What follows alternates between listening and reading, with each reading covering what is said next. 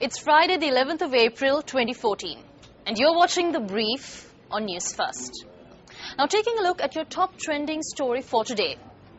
Establishing quorum in the Parliament appears to have become a cumbersome issue. Now, an hour and 20 minutes into yesterday's sitting, the chair had to adjourn Parliament until the 24th, owing to a lack of quorum once again.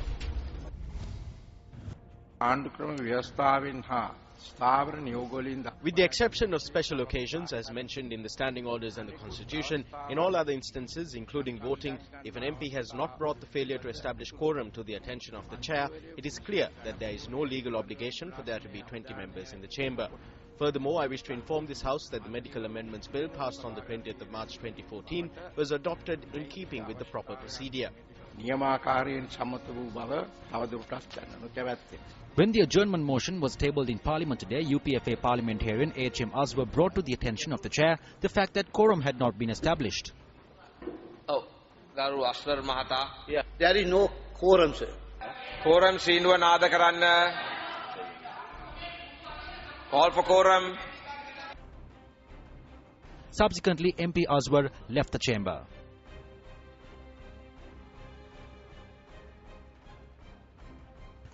In order for quorum to be established, a minimum of 21 members, including the chair, must be present in the chamber.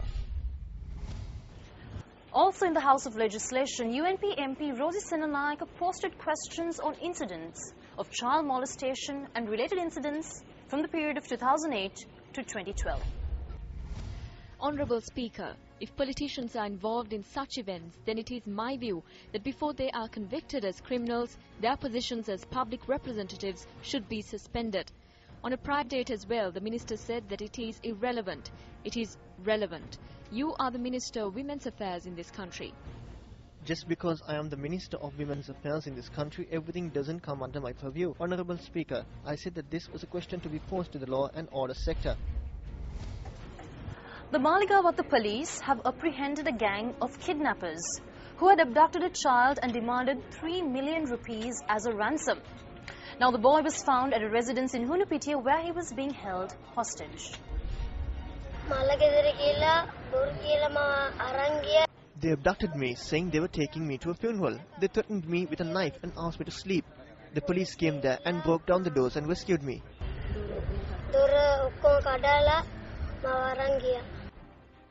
Following his rescue from his captors, the 8-year-old boy informed the Maligawatta police that he had been kidnapped last evening while returning home from a religion class. The kidnappers had later made contact with the boy's family and demanded a ransom.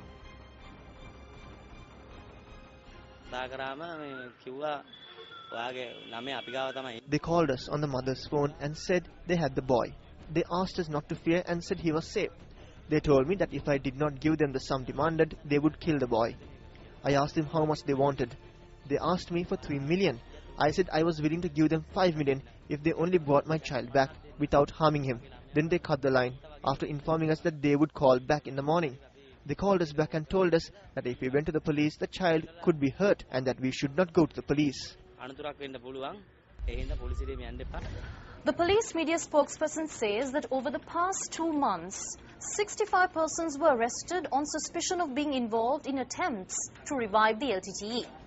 Now, speaking to reporters in Colombo yesterday, Senior Superintendent of Police Ajit Rohana said that 5 of the detainees were released and the remainder are being detained at detention centres gazetted by the Ministry of Defence.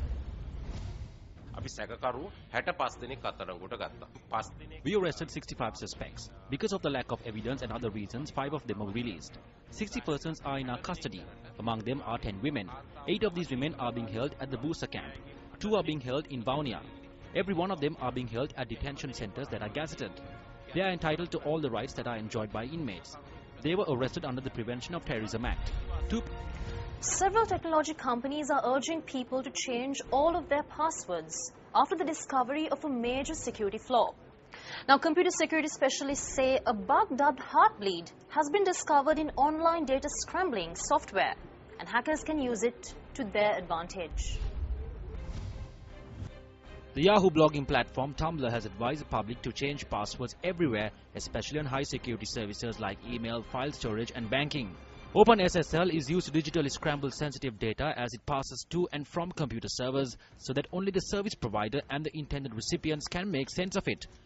Information considered at risk include source codes, credit card numbers, passwords and keys that could be used to impersonate websites or unlock encrypted data. Let's now take a look at your forex rates.